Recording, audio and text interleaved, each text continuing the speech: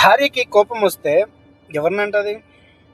అన్నీ తానే అనుకొని నమ్ముకొని వచ్చిన భర్తనే అంటది. తన తల్లిదండ్రిని, తన ప్రపంచాన్ని, తన కుటుంబాన్ని వదిలేసి వస్తుంది అంటే ఇంకెవరిని అంటది? తననే అంటది. నా కర్మ మిమ్మల్ని కట్టుకోవడం కూడా అంటది. అంతే. అలా అనేసింది కదా అని వెంటనే గుండెలు బాధేసుకోకూడదు.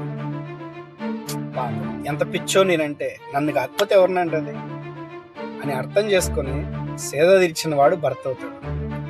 ఎందుకంటే వెంటనే పదార్థం తీసుకొని కోప్పడిపోతే తను భర్త ఎందుకు అవుతాడు? వయసు పెరిగింది అంతే, ఇంకా బుద్ధి పెరగల. అర్థం చేసుకొని భార్యకి సరే నన్ను కాకపోతే ఎవరినంటది అని తన చిన్న చిరునవ్వుతో ఆమెను దగ్గర తీసుకొని కోపాన్ని వదిలేశాడు అనుకో, ఫెంటాస్టిక్.